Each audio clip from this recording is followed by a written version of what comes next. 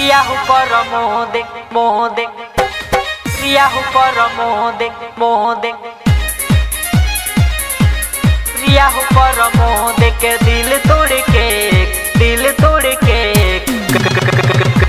कैसे ससुराल रहे।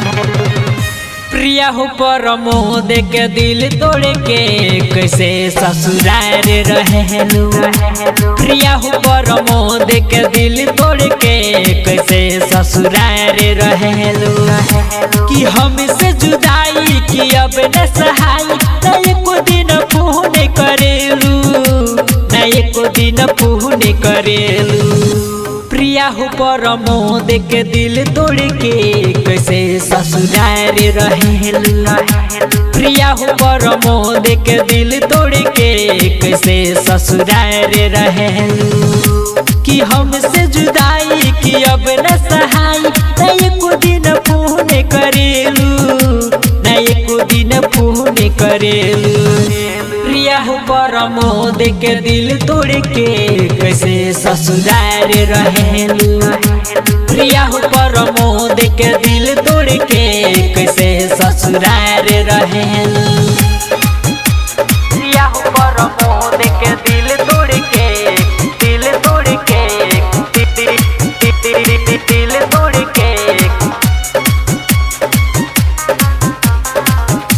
प्रिया हो पर मोह दे के दिल तोड़ के कैसे ससुराल अरमान डीजे अरमान दिल तोड़ के कैसे ससुराल रहे।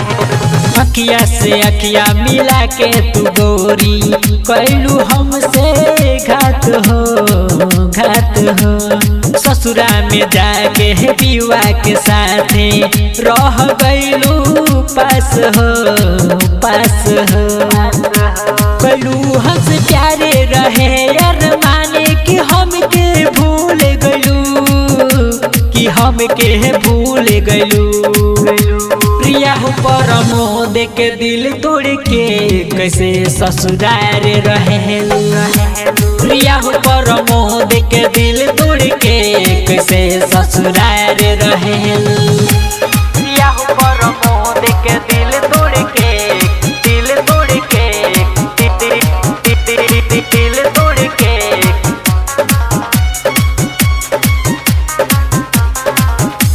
प्रिया हो पर मोह दे के दिल तोड़ के कैसे ससुराल अरमान डीजे अरमान कैसे ससुराल रहे। जीना ही पई है सिंगर पर मोह कहतानी खोल हो लागे बीराने रानी कैसे के कही तू ही हमसे बोल हो कि दे हम जाने जाई में समसाने कि हमके भूल गलू कि हमके भूल गलू। प्रिया हो पर मोह दे के दिल तोड़ के कैसे ससुराल रहेलू।